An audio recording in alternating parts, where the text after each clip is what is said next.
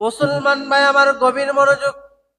আল্লাহ নবী, বিশ্ব নবী, দু জানের বাদশা নবী রজব মাস যখন চলে আসে, তখনই রজব এবং শাবান মাসে সালাত নামাজের পর আল্লাহ জাল্লা শানুর নিকট দুইটা হাত উত্তোলন করে দোয়া করেন, আল্লাহুম্মা বারিক লানা ফি রজব ওয়া শাবান ওয়া বাল্লিগনা রমাদান। আয় আল্লাহ, আপনি আমাকে রজব এবং শাবান এই দুই মাসের পূর্ণ বরকত দান করেন এবং রমজান পর্যন্ত হায়াত দান করেন।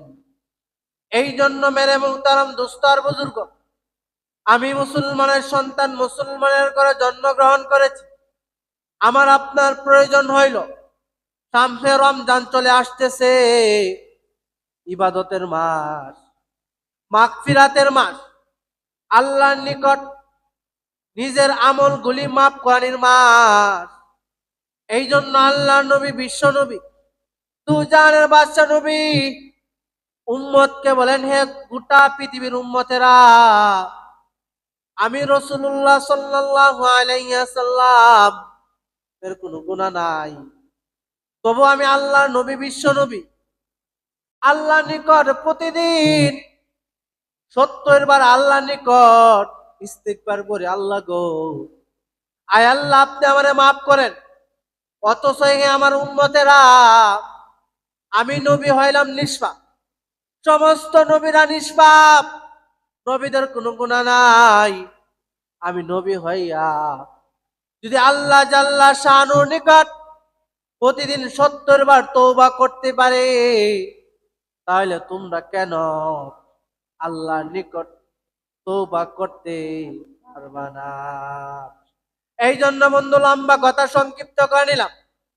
আল্লাহ নবী, বিশ্ব নবী, দু জাহানের বাদশা নবী গোটা পৃথিবীর মানুষে ডাক দিয়ে বলেন, হে গোটা পৃথিবীর মানুষ, আমি আল্লাহ তো এমন একজন আল্লাহ, আমি আল্লাহ জাল্লা শানুহু নেওয়ার সময় নেই অল্প, আর আমি আল্লাহ যখন দিতে চাই, তখন আমি আল্লাহ পাক রব্বুল আলামিন দেই যুক্তি বইরা।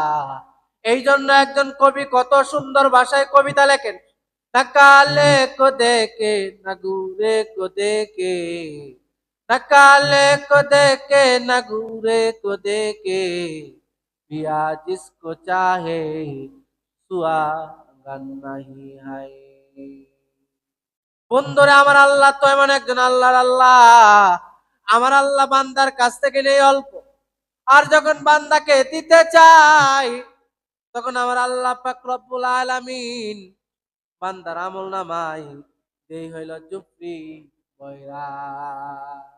এই জন্য আল্লাহ নবী, বিশ্ব নবী, দু জাহানের বাদশা নবী গোটা পৃথিবীর মানুষের ডাক দিয়ে বলেন, হে গোটা পৃথিবীর মানুষ, আমি আল্লাহ নবী হইলাম এমন একজন নবী, সমস্ত নবীদের রাজা, আমি হইলাম রাসূলুল্লাহ সাল্লাল্লাহু আলাইহি ওয়াসাল্লাম। আরো আল্লাহ নবী, বিশ্ব নবী, দু জাহানের বাদশা নবী ডাক দিয়া বলেন, হে গোটা পৃথিবীর উম্মতেরা, আমি নবী যেভাবে সমস্ত নবীদের মধ্যে সর্বশ্রেষ্ঠ, তদ্রূপ তেমনি ভাবে 2,24,000 উম্মতের মধ্যে এ আমার উম্মতেরা তোমরাও হইলা সর্বশ্রেষ্ঠ উম্মত। এই জন্য আল্লাহ নবী আমাদেরকে একটা দোয়া শিখায় যে, হে আমার উম্মতেরা, যখন রমজানের 2 মাস তোমাদের কাছে বাকি থাকে, রজব এবং শাবান মাস যখন চলে আসে, তখন এই দোয়াগুলি বেশি বেশি করো, যে আল্লাহুম্মা বারিক লানা ফি রজব ওয়া শাবান ওয়া বাল্লিগনা রমাদান। আল্লাহর নিকট এইভাবে দোয়া করা, আয় আল্লাহ, আপনি আমাকে রজব এবং শাবান এই 2 মাসের পূর্ণ বরকত দান করেন এবং রমজান পর্যন্ত হায়াত দান করেন। আল্লাহ নবী, বিশ্ব নবী, দু জাহানের বাদশা নবী আরো গোটা পৃথিবীর মানুষের ডাক দিয়ে বলেন, এ গোটা পৃথিবীর মানুষ, তোমরা যদি আমি নবীর সাথে জান্নাতে থাকতে চাও, আমি নবী যে জান্নাতে থাকবো, তোমরা যদি আমার পার্শ্ববর্তী জান্নাতে থাকতে চাও, তাহলে একটা শীতের মৌসুমে একটা আমল করো। সাহাবায়ে কেরামরা ডাক দিয়ে বলেন, আল্লাহ নবী গো, কি আমল করতাম?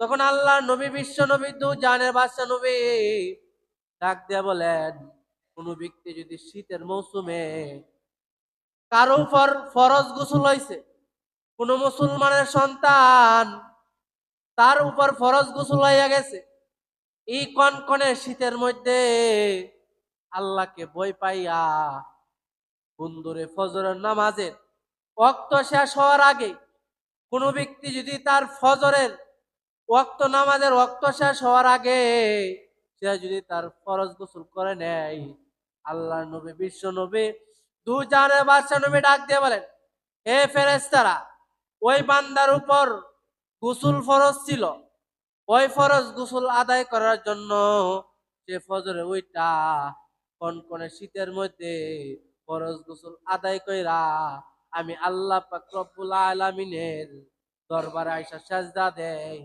এ আমার বান্দারা, মনে রাখো, মনে রাখো, যে লোকটা এই কঠিন কাজগুলি করে, আমি আল্লাহ তো এমন একজন আল্লাহ, আমি আল্লাহ পাক রব্বুল আলামিন খুশি হইয়া তার পিছনের সমস্ত গুনাহ কথা মাফ কইরা দেয়। আল্লাহ নবী, বিশ্ব নবী আরো বলেন, শুধু তারে মাফ করে শুধু তাই না, আল্লাহ পাক রব্বুল আলামিন তার এই 10টা দুনিয়ার সমান একটা জান্নাত দিবেন, এবং এই জান্নাতের হুরগুলি টানা 70 বছর নাচিবে আর গান গাইবে, নাহনুল খালিদাতু ফালা নাবিদু ওয়া নাহনুন নাইমাতু ফালা ওয়া নাহনুর রাদিয়াতু ফালা নাসকাতু তুবা লিমান কানা লানা ওয়া কুন্না লাহু। এই জন্য মুসলমান ভাই আমার, আমি মুসলমানের সন্তান, আমি মুসলমানের ঘরে জন্মগ্রহণ করেছি, আমার আপনার জন্য একান্ত প্রয়োজন হইল, সামনে রমজান আসতেছে, রমজানের আগে একটা প্রস্তুতি নেন আর আল্লাহর নিকট দোয়া করুন, আল্লাহ গো, আপনি আমাকে রমজান পর্যন্ত হায়াত দান করেন, এবং আয় আল্লাহ, পিছনে যা গুনাহ করলাম, আয় আল্লাহ, সামনে রমজান আসতেছে, শাহরু রমাদান আল্লাযী উনজিলা ফীহিল কুরআন, আর আল্লাহ গো, এই রমজানে আপনি কোরআন নাজিল করছেন, আয় আল্লাহ, আমরা তওবা করতেছি, আল্লাহ, এই সামনে রমজান মাসে বেশি বেশি তোমার ইবাদত করব এবং তোমার নিকট ক্ষমা প্রার্থনা করব, আল্লাহ, আপনি আমার গুনাহগুলি মাফ করেন এবং রমজান পর্যন্ত হায়াত দান করেন। এই জন্য ভাই, আমাদের প্রয়োজন হইল, দেখেন ভাই, সামনে রমজান আসতে আসতে আমাদের মাঝ থেকে অনেক মানুষ চলে গেছে কবর দেশে। হইতে পারে ভাই, সামনে যে রমজান মাসটা আসতেছে আমাদের অনেকের শেষ রমজান মাসও হইয়া যাইতে পারে, আমরা ভাই আগামী বছর রমজান মাস নাও পাইতে পারি। এই জন্য ভাই, যেহেতু সামনে রমজান আসতেছে, রাসূলুল্লাহ সাল্লাল্লাহু আলাইহি ওয়াসাল্লাম আমাদেরকে শিক্ষা দিয়ে গেছেন, হে উম্মতেরা, যেহেতু সামনে রমজান মাস আসতেছে, কাজে রমজানের আগে রজব এবং শাবান মাসে শেষ দিক দিয়া তোমরা কিছু নফল রোজা রাখ, যেন রমজানের রোজাগুলি রাখতে তোমাদের কষ্ট না হয়। এই জন্য ভাই, আমাদের প্রয়োজন হইল রমজানের আগ মুহূর্তে কিছু নফল রোজা রাখা, রোজাগুলি রাইকা, হ্যাঁ, যেন রমজানের রোজাগুলি আমার জন্য কষ্ট না হইয়া যায়।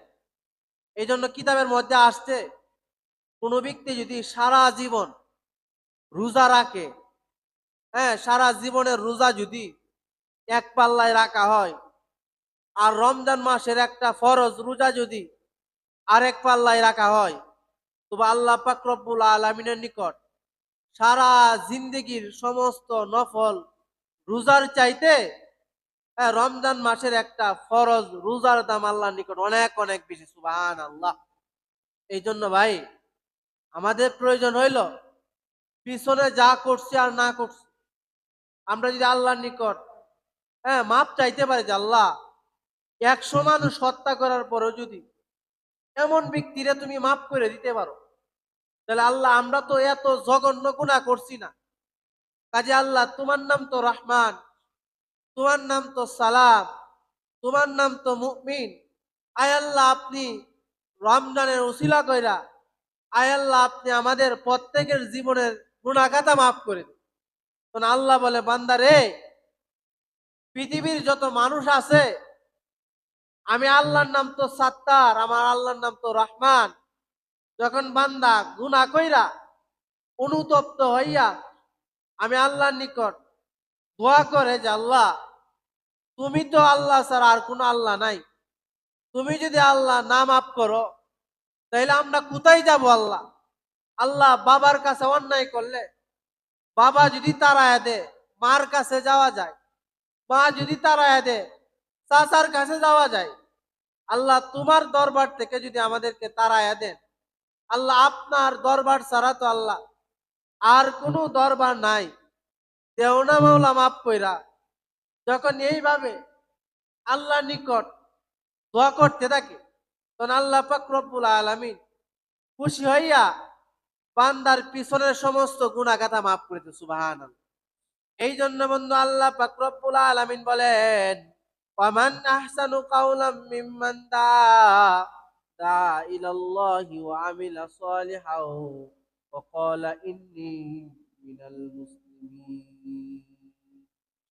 আমার আল্লাহ পাক রব্বুল আলামিন ডাক দিয়ে বলেন, হে গোটা পৃথিবীর মানুষ, ওই ব্যক্তির কথা হইতে উত্তম কথা আর কার হইতে পারে, যে ব্যক্তি মানুষকে আল্লাহ পাক রব্বুল আলামিনের দিকে ডাকে এবং নিজে নেক আমল করে এবং বলে আমিও মুসলমানদের মধ্য হতে একজন মুসলমান।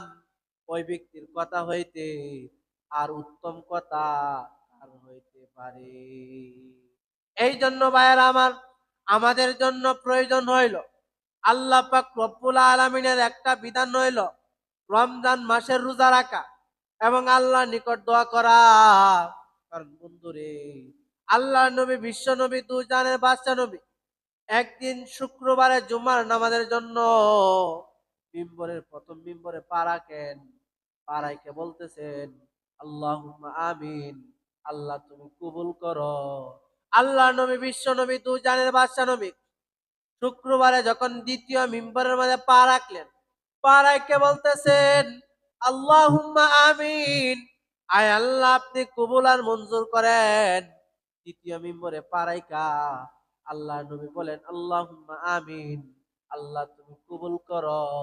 বন্ধুরে, আল্লাহ নবী, বিশ্ব নবী, দু জানের বাদশা নবী, সাহাবায়ে কেরাম নামাজের পর আল্লাহ নবীরে ডাক দিয়ে বলেন, হে বিশ্ব নবী, দু জানের বাদশা নবী, কোনদিন তো আপনি মিম্বরের প্রথম তাকিয়াতে পা রাইখা আমিন বলেন নাই, দ্বিতীয় তাকিয়াতে পা রাইখা কোনদিন আমিন বলেন নাই, তৃতীয় তাকিয়াতে পা রাইখা কোনদিন আমিন বলেন নাই।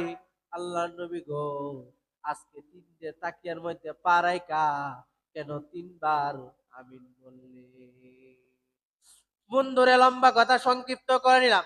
তখন নবী করিম সাল্লাল্লাহু আলাইহি ওয়াসাল্লাম সাহাবায়ে কেরামদেরকে ডাক দিয়ে বলেন, হে আমার সাহাবায়ে কেরাম, আমি রাসূল যখন খুতবা দেওয়ার জন্য মিম্বরের প্রথম তাকিয়ার মধ্যে পা রাখি, তখন জিবরাইল আলাইহিস সালাম আমার কানে কানে আয়েশা বলেন, হে আল্লাহর নবী, হে বিশ্ব নবী মুহাম্মদ সাল্লাল্লাহু আলাইহি ওয়াসাল্লাম, ওই ব্যক্তি ধ্বংস হইয়া যাক, ওই ব্যক্তি নষ্ট হইয়া যাক, যে ব্যক্তি আপনার নাম মুহাম্মদ নাম শোনার পর আপনার উপর সাল্লাল্লাহু আলাইহি ওয়াসাল্লাম কি দুরূদ পড়ে না, ওই লোকটা ধ্বংস হইয়া যাক।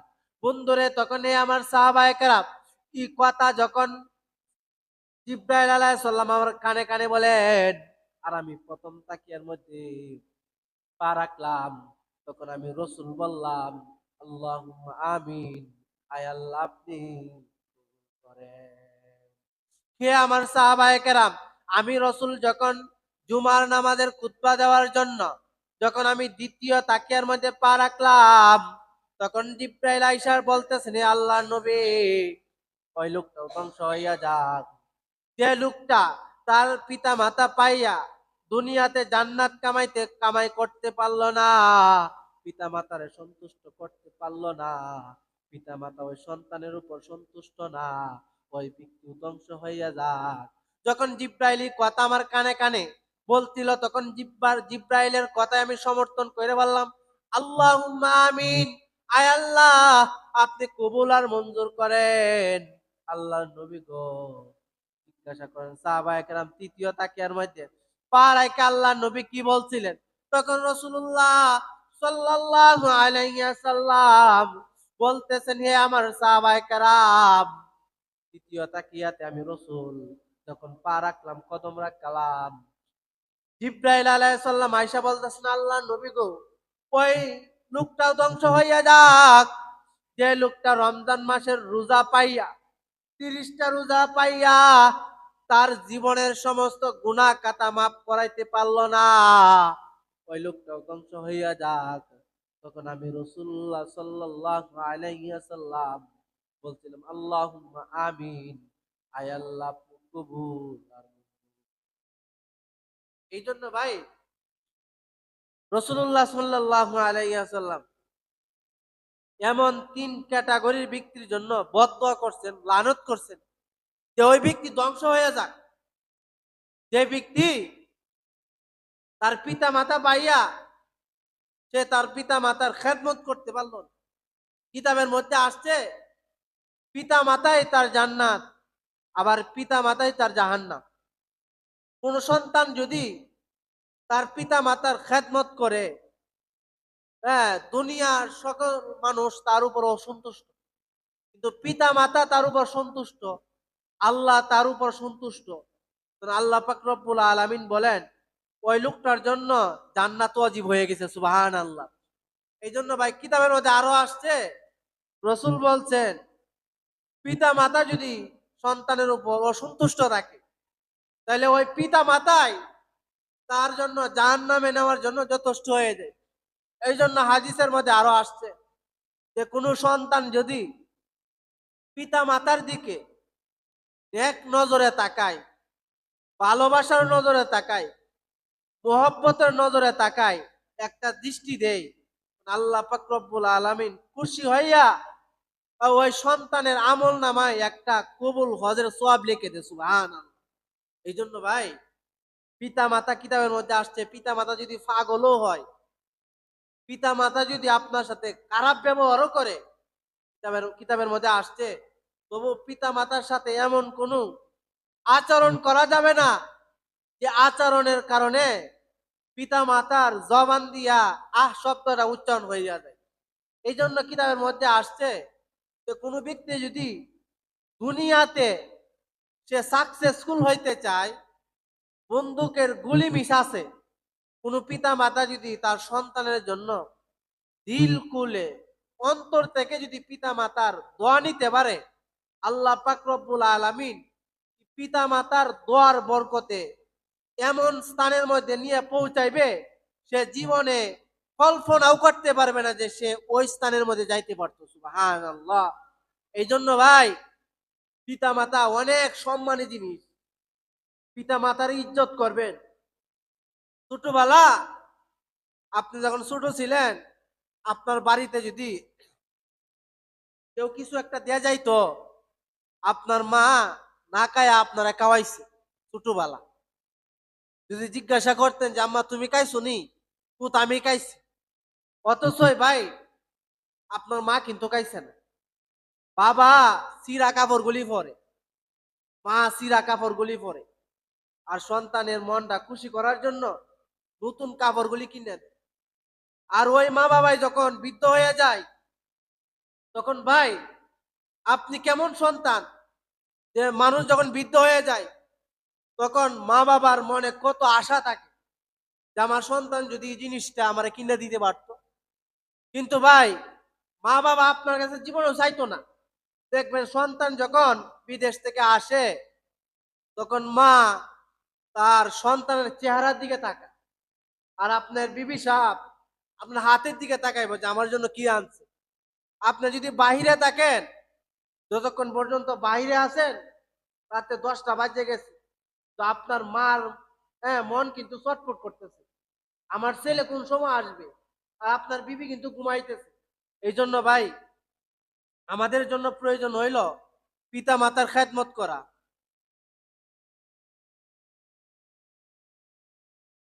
কিতাবের মধ্যে আসছে কোন ব্যক্তি যদি পিতা মাতারে সন্তুষ্ট করতে পারে, আল্লাহর ইজ্জতের কসম, আল্লাহর জাতের কসম, পিতা মাতা যদি অন্তর থেকে দোয়া দেয় ওই সন্তান রে, আল্লাহ তাআলা তারে দুনিয়াতে এমন ইজ্জত দিব, হ্যাঁ, যে একজন এমপিও ইজ্জত পাইতো না। সুবহানাল্লাহ। এই জন্য ভাই আপনার মা যদি বৃদ্ধ হয়ে যায়, আপনি তো সন্তান, জানেন আপনার মা কি জিনিসটা পছন্দ করে, আপনার জন্য উচিত হইল আপনার মার পছন্দের জিনিসটা, আপনার মার আইনে দেওয়ান। এই যে ভাই শীত আসছে সামনে, আপনার আম্মা সিরা একটা কম্বল দিয়ে ঘুমাইতেছে, আর আপনি দামি বিদেশি কম্বল দিয়ে ঘুমাইতেছে। এই জন্য আপনার প্রয়োজন হইল এই শীতের মৌসুমে মার একটু যত্ন নেওয়ার, যে আমার আম্মা কি শীতে কষ্ট করতেছে কিনা।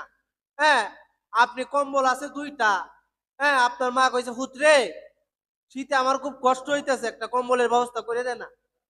বিবি সাবরে গিয়ে বলছে, আমার বিবি, আমার মা তো শীতে কষ্ট করতেছে, তাহলে একটা কম্বল দেও, সানসিটে তো 2টা কম্বল আছে। বিবি উত্তর দিছে, 2টা কম্বল নিয়ে দিয়ে দেও। কি করো, 2টা কম্বল নে দিয়ে দেও, এটা কি কম্বল দেওয়ার হাতে কইছে?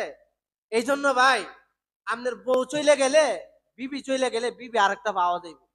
তো মা এমন জিনিস, যে মা হারাইছে এ জানে মার কত কদর। কিতাবের মধ্যে আসছে বাবার পায়ে মা বাবার পায়ে নিচে হলো সন্তানের জান্নাত। এই জন্য ভাই মা বাবার কদর করবেন, মা বাবার ইজ্জত করবেন। আল্লাহ পাক রব্বুল আলামিন এই কারণে তো বলছে যে কোনো ব্যক্তি যদি মা বাবার চেহারার দিকে নেক দৃষ্টিতে তাকায়, সঙ্গে সঙ্গে আল্লাহ তাআলা একটা কবুল হজের সওয়াব দেখে দে। সুবহানাল্লাহ। এই জন্য আমার আপনার প্রয়োজন মা বাবার ইজ্জত করা। কারণ আল্লাহ নবী, বিশ্ব নবী, দু জানের বাদশা নবী গোটা পৃথিবীর মানুষকে ডাক দিয়ে বলেন, এ গোটা পৃথিবীর মানুষ, আমি আল্লাহ তো এমন একজন আল্লাহ। কারণ রাসূলুল্লাহ সাল্লাল্লাহু আলাইহি ওয়াসাল্লাম বলেন, এ দুনিয়ার মানুষ, আমি ওই ব্যক্তির জন্য বদদোয়া করেছি যে ব্যক্তি তার পিতা মাতা পাইয়া পিতা মাতার খেদমত করলো না। এই জন্য বন্ধু আপনার প্রয়োজন পিতা মাতার খেদমত করা, পিতা মাতাকে ইজ্জত দেওয়া, পিতা মাতার কথার দ্বারা যেন, আপনার কথা বাতা দ্বারা যেন পিতা মাতা কষ্ট না পায়। এই জন্য বন্ধুরে, আমি আপনি এমন একটা নবীর উম্মত, যে নবীর উম্মত হওয়ার জন্য সমস্ত নবীরা দোয়া করেন। আল্লাহ নবী মুসা আসছিলেন, আয়েশা দোয়া করেন, আল্লাহ গো, আমাকে যদি আপনি নবী না বানাইয়া আখিরি জামানার নবী উম্মত বানায় পাঠাইতেন, আল্লাহ গো আমার জীবনটা ধন্য হইয়া যাইতো। মুসা আল্লাহর কাছে বলে, আল্লাহ গো, আখিরি জামানার নবীর উম্মতের এত কদর, আখিরি জামানার নবীর উম্মতরা যদি তার পিতা মাতার দিকে নেক দৃষ্টিতে তাকায়, আল্লাহ গো সঙ্গে সঙ্গে কবুল হজের সব লেখা দাও। আয় আল্লাহ যদি নবী না বানাইয়া এমন নবীর উম্মত বানায় পাঠাইতেন, আল্লাহ গো আমার জীবনটা সুন্দর হইয়া যাইতো। এই জন্য বন্ধুরে, আমার আপনার প্রয়োজন হইল আল্লাহ পাক রব্বুল আলামিনের ইবাদত করা, পিতা মাতার খেদমত করা। এই জন্য কিতাবালা বলেন, আল্লাহ বড়, আল্লাহ বড়, এক আল্লাহর ইবাদত করো, 3 ফরজে গোসল করো, 4 ফরজে উযু করো, 5 ওয়াক্তের নামাজ পড়ো, 6 উসুলের বয়ান শুনো, 7 দুজক ভয়ঙ্কর, 8 বেহেশতে সোনার ঘর, যদি চাও বাঁচতে জলদি যাও কাশতে, আসার আগে আজরাইল, জলদি যাও কাকরাইল, আর করো না ভঙ্গি, জলদি যাও টঙ্গি, মুসলিম আমার নাম, ইসলাম আমার গাড়ি, জান্নাত হবে আমাদের সকলের বাড়ি। সুবহানাল্লাহ। ভাই আমাদের সকলের বাড়ি কোথায়? জান্নাত। এই জন্য ভাই আমাদের প্রয়োজন হইল, সামনে রমজান মাস আসতেছে, এই দোয়াটা আল্লাহর নিকট বেশি বেশি করা যে আল্লাহুম্মা বারিক লানা ফি রজব ওয়া শাবান ওয়া বাল্লিগনা রমাদান। হে আল্লাহ, আপনি আমাকে রজব এবং শাবানের বরকত দান করেন এবং রমজান পর্যন্ত হায়াত দান করেন। কারণ ভাই কিতাবের মধ্যে আসছে রমজান মাস এমন একটা মাস যে মাসের মধ্যে একটা ফরজ নামাজ আদায় করলে আল্লাহ পাক রব্বুল আলামিন খুশি হইয়া 70টা ফরজ নামাজ আদায় করলে যে পরিমাণ সওয়াব, এই পরিমাণ সওয়াব বান্দার আমলনামায় রেখে দেয়। সুবহানাল্লাহ। আল্লাহর নবী আরো বলেন যে রমজান মাসও এমন একটা রাত্র আছে, সবে কদরের রাত্র। এই রাত্রের মধ্যে কোনো ব্যক্তি এক রাত্র ইবাদত করলে আল্লাহ তাআলা খুশি হইয়া হাজার রাতের ইবাদত করলে যে পরিমাণ সওয়াব, এই পরিমাণ সওয়াব বান্দার আমলনামায় লিখে দেয়। সুবহানাল্লাহ। এই জন্য ভাই সামনে রমজান আসতেছে, এখন থেকে নফল রোজাগুলি করা, বেশি বেশি আল্লাহ রাস্তায় দান করা। কারণ কিতাবের মধ্যে আসছে হাসরের ময়দানে যখন মানুষ ইয়া নাফসি করবে, তখন আল্লাহ ডাক দিয়ে বলবেন, হে ফেরেশতারা, ওই বান্দার নামে তো জাহান্নাম লিপিবদ্ধ করা হয়ে আছে, ওই বান্দার আমল নামায় কোনো দান আছে কিনা। তখন আল্লাহ তাআলা ফেরেশতারা বলবে, আল্লাহ, ওই বান্দা মসজিদে 5টিয়া 10টিয়া দান করতো। তখন আল্লাহ বলবেন যে তার জীবনের সমস্ত দানের টাকাগুলি একত্র কইরা, হ্যাঁ, যদি মনে করো যে তার দানের তুলনায় সব বেশি হয়ে গেছে, তখন আল্লাহ বলবেন যে ওই বান্দারে খুশি হইয়া ফেরেশতারা তোমরা জান্নাত দিয়ে দিও। সুবহানাল্লাহ। এই জন্য ভাই আমাদের প্রয়োজন হইলো মাঝে মাঝে দান করা। এই জন্য ভাই কিতাবের মধ্যে একটা ঘটনা লেখছে, খুব মজার একটা ঘটনা, যে এক লোকের প্রতি বছর একটা করে বাছুর হইতো।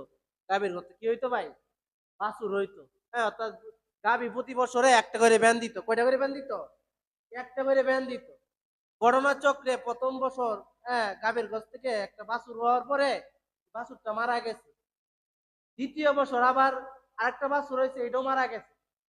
তৃতীয় বছরে ওই লোকটা বাড়িউলিরা না জানায়া মান্নত করে হয়েছে, আল্লাহ, প্রথম বছর একটা বাছুর হয়েছিল গাভীর ঘর থেকে, এটা মারা গেছে। দ্বিতীয় বছরও হয়েছে, মারা গেছে। আল্লাহ, এখন তৃতীয় বছর যদি একটা বাছুর হয় আমার গাভীর ঘর থেকে, তাহলে আল্লাহ এই বাছুরটারে লালন পালন কইরা তোমার রাস্তায় যে টাকা দিয়ে মসজিদে দান করে দিব। সুবহানাল্লাহ কইতেন না? তো ঘটনা চক্রে ভাই, হ্যাঁ, তৃতীয় বছর ওই গাভীর ঘর থেকে একটা বাছুর হয়েছে। কি হয়েছে ভাই? বাছুর হওয়ার পরে ওই লোকে লালন পালন করতেছে। যখন ষাঁড়গুড়ি বিশাল বড় হয়েছে, তখন বাজারে নিয়ে বিক্রি করবো। তখন বাড়ি উলিরে কইতে, বিবি রে, আমার গাভীর ঘর থেকে বাছুর হওয়ার পরে খালি মারা যায়, তো আমি একটা মান্যত করছিলাম। বিবি সাহেব জিজ্ঞাসা, কি মান্যত করছে? বলতেছে, আমি মান্যত করছিলাম যে আয় আল্লাহ, প্রত্যেক বছর বাছুর হওয়ার পরে বাছুরগুলি মারা যায়, আল্লাহ, এখন যে বাছুরটা হইব, এই বাছুরটা যদি হয়, হওয়ার পরে আমি লালন পালন কইরা তোমার রাস্তায় টাকাগুলি দান করে দিব। সুবহানাল্লাহ কইতেন না? তখন বিবিরে কইতেছে, বিবি রে, নত লাখ খানি টাকার উপরে হইতেছে। এখন মান্যত করা তো মান্যত করছে, এখন মান্যত পূরণ করা তো ওয়াজিব। এখন তো করে কিছু না, এটি দান করে দিল। বিবি চালাকা ছিল, তো টেনশনের কোনো কারণ নাই। বিবি সাহেব একটা বিলের বাচ্চা দিছে সাথে। কি এর বাচ্চা দিছে? একটু জোরে এখন, কি এর বাচ্চা দিছে? আপনি এত টেনশন করতেছেন কেন? আপনি গরুর সাথে বিলের বাচ্চা লইয়ে যায়। জামাই বলতেছে, গরুর সাথে বিলের বাচ্চা নিলে কি হইব? আপনি লন। তো ভাই মহিলা গরুর সাথে এক বিলের বাচ্চা দিছে। বলতেছে, আপনি কইছেন না যে গরুর টিয়ারি দান করে দিবেন, কোনো সমস্যা নাই। বাজারের সাথে যখন গরু লইয়ে যাইবে, গরুটা আর বিলের বাচ্চাটা লইয়ে যাইবে। মানুষে যদি জিজ্ঞা যে গরু যদি কিনতে চান, তাহলে বিলের বাচ্চার সাথে কিনা লাগবে। কি এর বাচ্চার সাথে কিনা লাগবো? বিলায়ের বাচ্চা। কারণ বিবি শিয়া দিছে, বিলায়ের দাম হইলো ৯৫,০০০। কত? কত বিলায়ের দাম? বলতেছে যে বিলায়ের দাম হইলো ৯৫,০০০ টাকা দাম করবেন বিলাইয়ের দাম, আর গরুর দাম হইলো ৫,০০০। কত? ৫,০০০। এখন কত হইছে? এখন বাজারও গরু আর বিলায়ের বাচ্চা লয়ে গেছে। যাই বলতেছে যে ভাই, গরুটা বিক্রি করাম। বলতেছে যে আমার গরু যদি কিনতে চান, একটা শর্ত আছে। কি শর্ত? যে গরুর সাথে বিলায়ের বাচ্চা কিনা লাগবে। কি কিনা লাগবো? বিলায়ের বাচ্চা। ক্রেতারা বলতেছে, আচ্ছা বলেন গরুর দাম কত? গরুর দাম ৫,০০০। আচ্ছা, বিলাইয়ের দাম কত? বিলাইয়ের দাম ৯৫,০০০। কত হাজার? বলতেছে না ভাই, গরুর দাম ৫,০০০ দেলাই। আপনি কি মাথা নষ্ট হয়েছে? ১,০০,০০০ টাকার গরু আপনি ৫,০০০ টাকা দিয়ে চলবো? যদি আপনি ভাই নিতে চান, তাহলে বিলাই আর গরু একসাথে নেওয়া লাগবে, কি নেওয়া লাগবে ভাই? বিলাই আর গরু একসাথে। তো ভাই গরু বেচছে হইলো 5,000, আর বিলাইয়ের বাচ্চা বেচছে 95,000। কয় হাজার বেচছে? কয় হাজার বেচছে? 95,000 টাকা বেচছে। বেচার পরে কি টাকা লয়ে গেছে বিবির কাছে, যা বলতেছে গরু কত বেচছ? 5,000। বিলাইয়ের বাচ্চা কত বেচছ? 95,000। তুমি মান্নত করছিলা কিতা? আল্লাহ, এই গরুটা আমি বিক্রি করে সব টাকা কি করব? মসজিদে দান করব। মান্নতটা কি করছিল? গরু বেচার টিয়া দেলবা।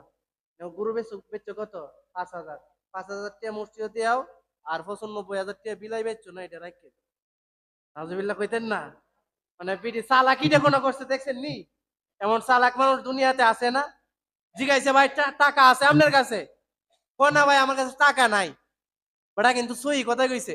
টিয়া হইলে বেটার ভয়েটা কোন টাকা কোন বেটার পকেটে।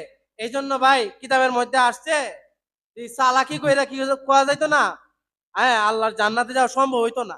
এই জন্য ভাই আমাদের প্রয়োজন হইলো আল্লাহর ঘর মসজিদে আপনি নিয়ত করছেন যে আল্লাহ, আমি যদি টাকা পয়সা আমার এই কাজটা যদি সফল হয়, তাহলে আমি পাগলা মসজিদে 1,000 টাকা দান করব।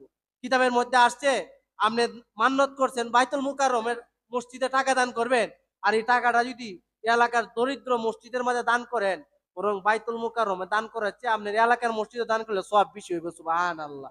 এজন্য আল্লাহ তাআলা আমাকে আপনাকে আমরা যেন প্রতি সপ্তাহে কিছু কিছু দান করতে পারি।